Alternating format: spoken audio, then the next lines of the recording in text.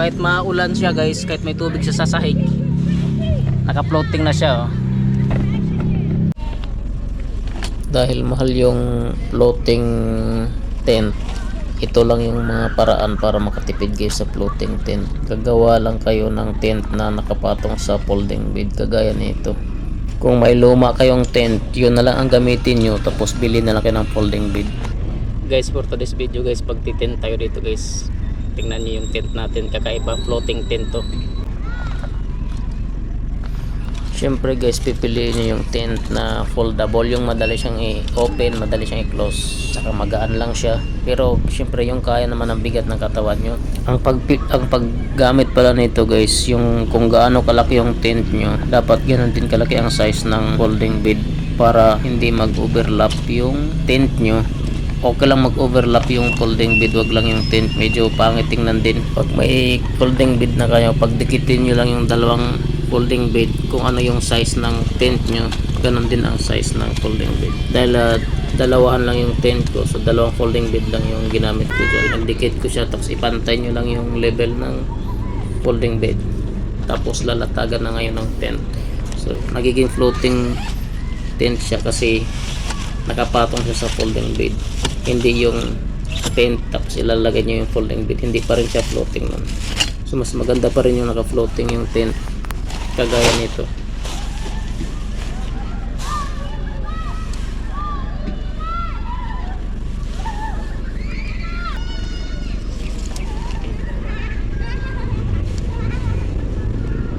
Dahil yung tent natin ay low budget lang guys, napakadali lang tong i-open, foldable lang din to, tapos madali lang din tong i-collapse, i-close. Pwede mo lang tong bitbitin ng nakamotor dahil magaan lang, saka maliit yung tent na to.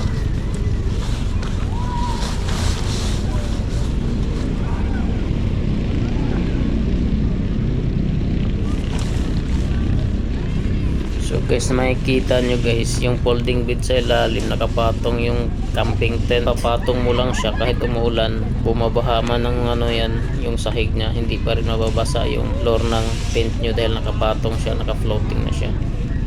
Floating tent. Kung good one person lang yung tent nyo, syempre ang gagamitin yung ano, folding bed, yung isang piraso lang din. Floating siya, kahit umulan pa yan. Naka-float yung tent natin.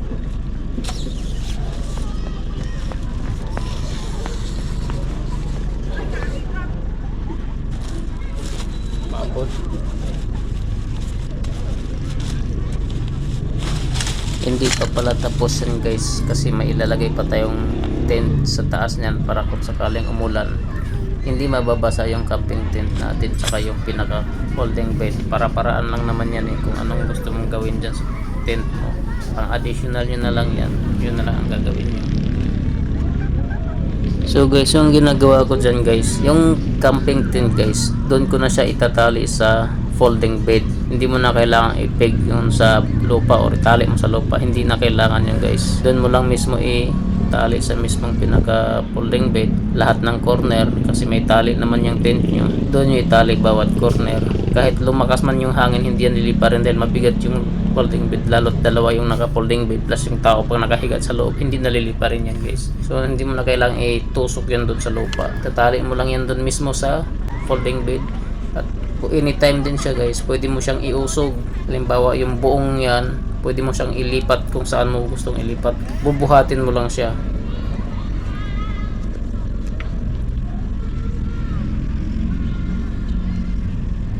Alam niyo ba kung saan tong area na to guys? Malalaman nyo mamaya.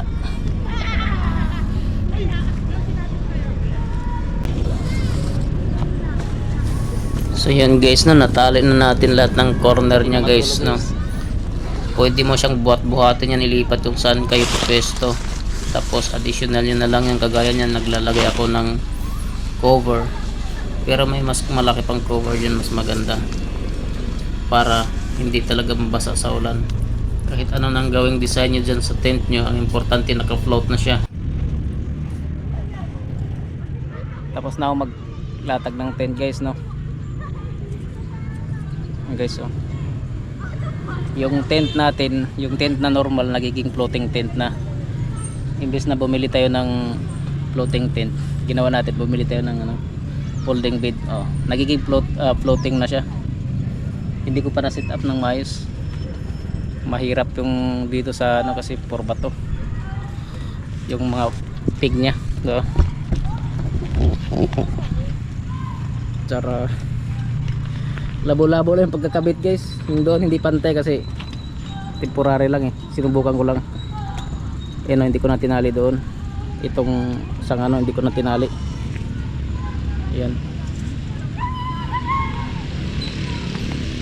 Okay naman siya. Maluwag din naman yung tent. Okay, so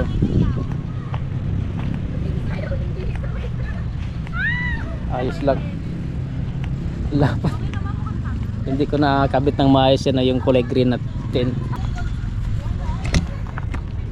Pwede na magtagay guys. Nakapaglatag na ko ng tent guys.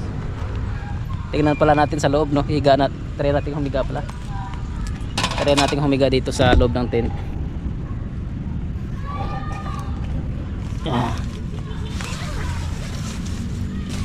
Guys.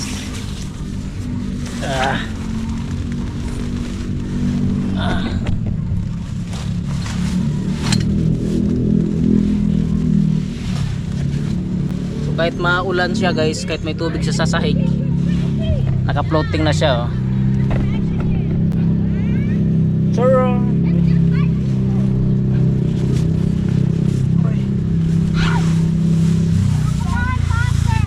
Pwede. Kasya dalawa. Kasya dalawa. Maghanap na lang ako ng kasama.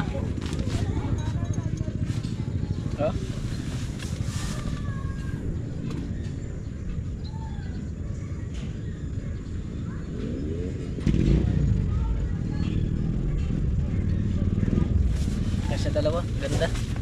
Pwede.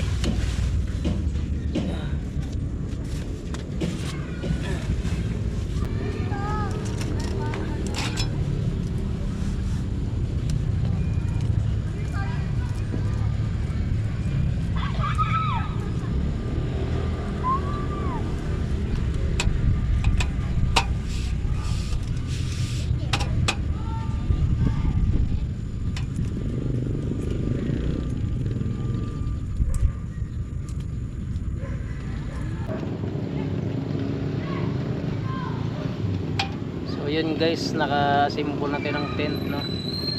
So kailangan natin baklasin guys. Dito pwede mag-tent dito overnight guys, bawal to rito. Nandito lang to sa rotonda circle. Yun.